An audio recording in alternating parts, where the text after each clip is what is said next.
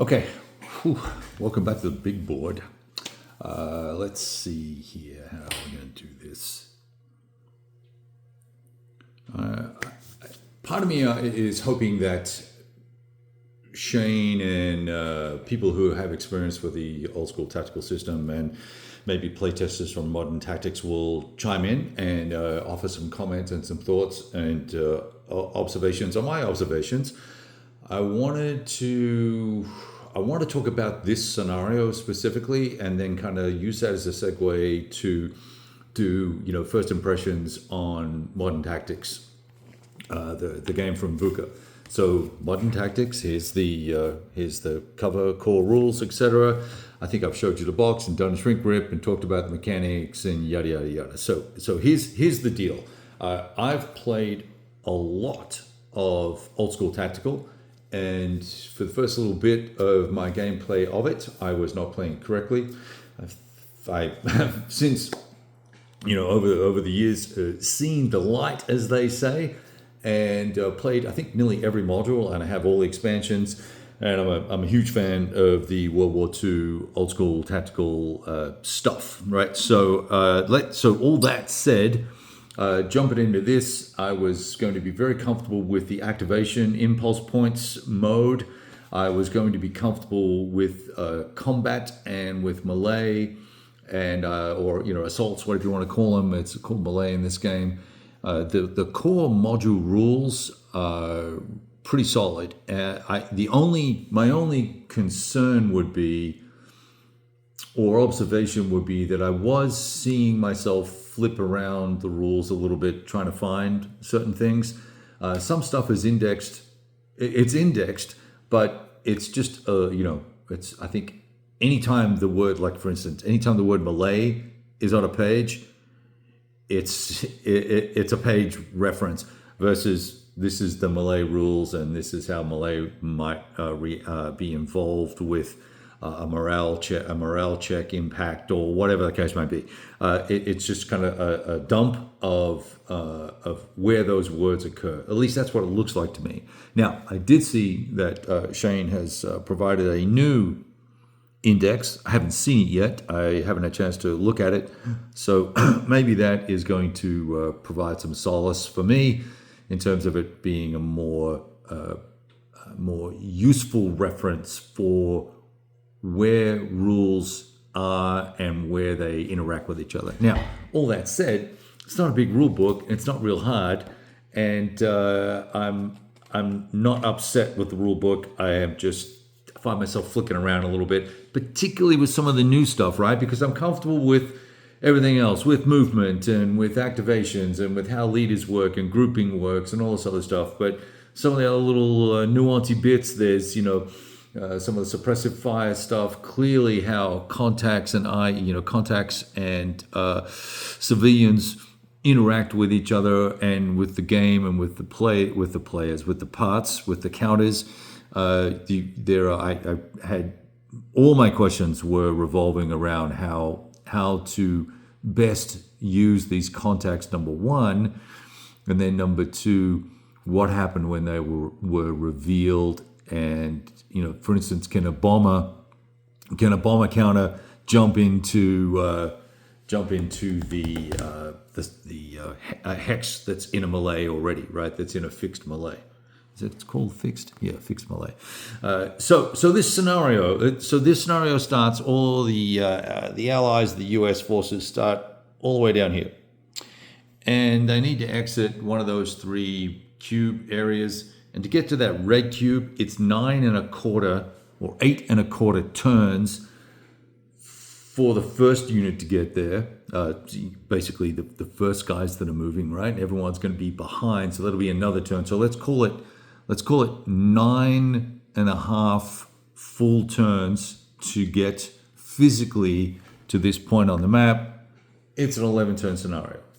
Now, smart Afghan insurgent Hajis, bad guys, are going to set up to do some blocking, slowing down of that, number one. Number two, we're going to put civilians or move civilians based on where the U.S. forces are trying to maneuver. straight line shot, not entering any buildings, basically 9 turns. So that, now, there's 2 actions per turn for all the units, so everyone can move and fire. But you can't just race up the street, because you will get your ass handed to you by, for instance, snipers. And if you lose a leader, then you're losing your grouping fire capability, which is a key asset for both sides, but in particular for the US. You're going to need that. So I'm wondering about the scenario design in this particular instance. And I'm a little bit concerned, surprised that it's very one-sided. Now, I chose to move sort of more. I won't call it move with the doctrine of the U.S. Army per se, but we certainly did move units into a building, have them available for Overwatch while we pass through with the next couple of squads, and then off we go, right? So we tried to do that bounding movement wherever we could, just because we want to be able to fight back and shoot back, and we also wanted to avoid civilians getting entangled in the civilians with their little funky rules and stuff. So I flip this guy over, you'll see what I'm talking about. So it's going to have a negative impact on your gameplay there, and affect shots and stuff like that. So I don't know that the US can win this, and I thought, well, maybe it's because I needed to get kinetic with these guys ASAP, take some casualties, and then once you get casualties, you get your 2 Humvees, and it's a grenade launcher Humvee, and then Humvee with some with a machine gun and stuff. So maybe that's what you needed to do. But you can only load up a reduced hex, a reduced squad. So that'd be 2 units I could get off the board,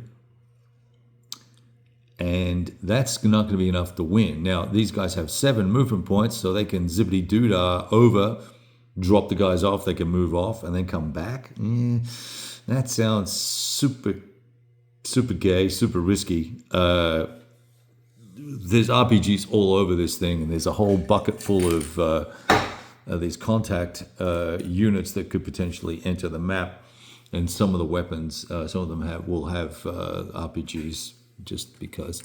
And in fact, they get RPGs. That's one thing I didn't do with this guy. I did not give him an RPG or a light machine gun. He gets one of the 2 when they come out of the bucket. So that's a mistake I made there, which would make them even more deadly.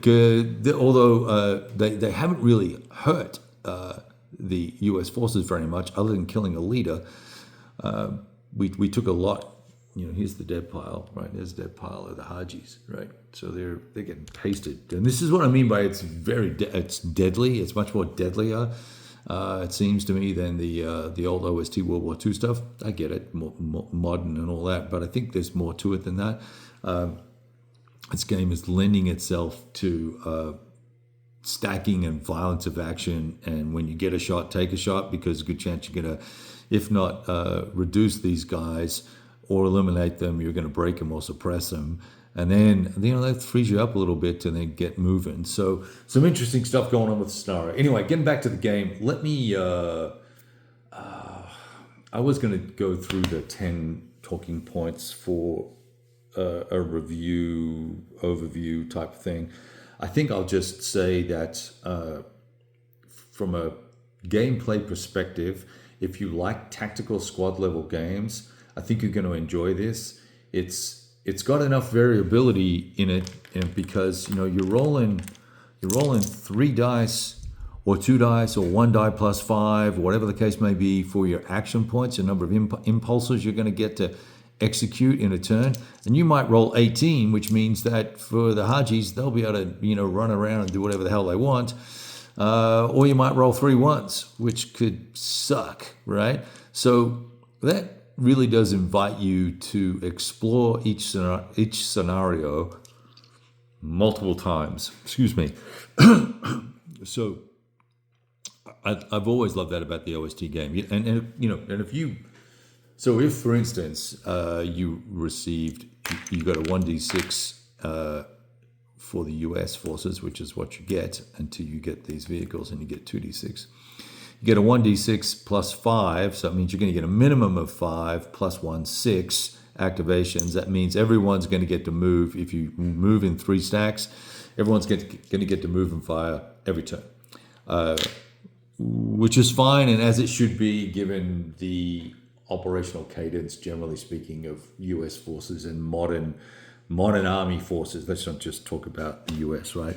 But just modern capability, we would expect that type of disciplined movement and fire, or fire and movement,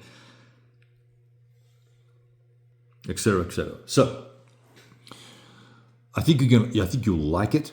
I think you'll like the maps. I think you'll like the charts. The charts are super duper handy, and nice sequence of play. A little bit of detail here. Talks about units.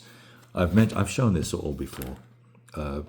The combat results tables are done nicely, and there's the follow-up rolls that go with everything afterwards. And then there's a little section here on the terrain effects chart as well. Then on the back, you've got other combat modes, onboard, offboard artillery.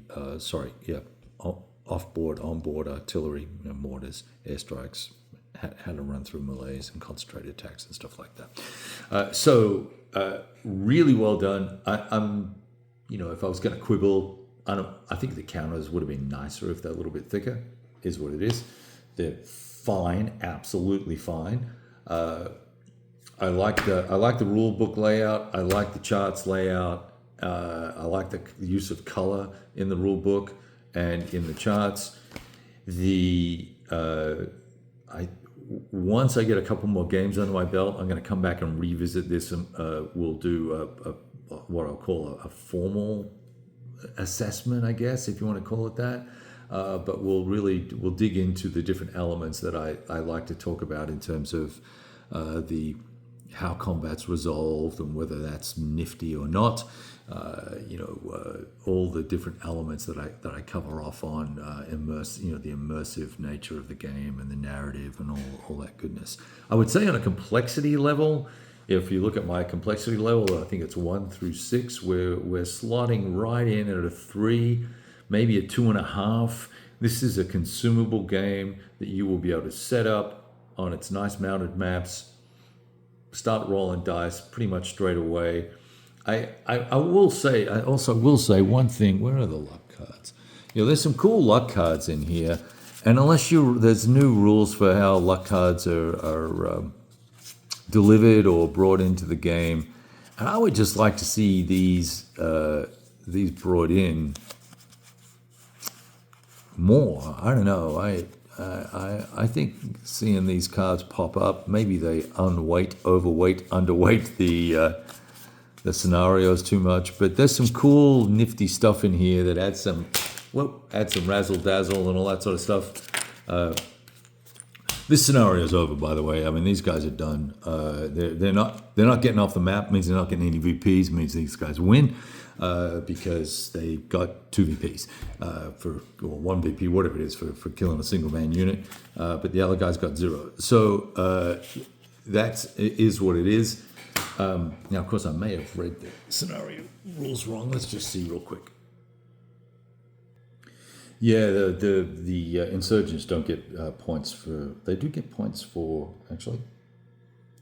Insurgent player converts enemy casualty points to victory points, and then also gets points for the units left on the map at the end of the turn. So either way, the US is toast in this scenario. So, but hey, look, it was good fun because we shot them up.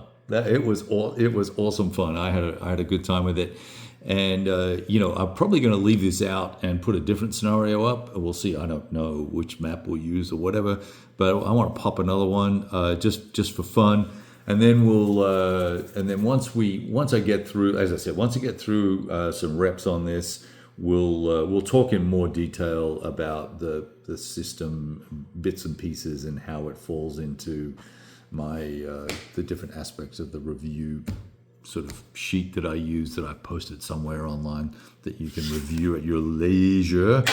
All right, so Modern Tactical, VUCA games, VUCA simulations, I should say, sorry.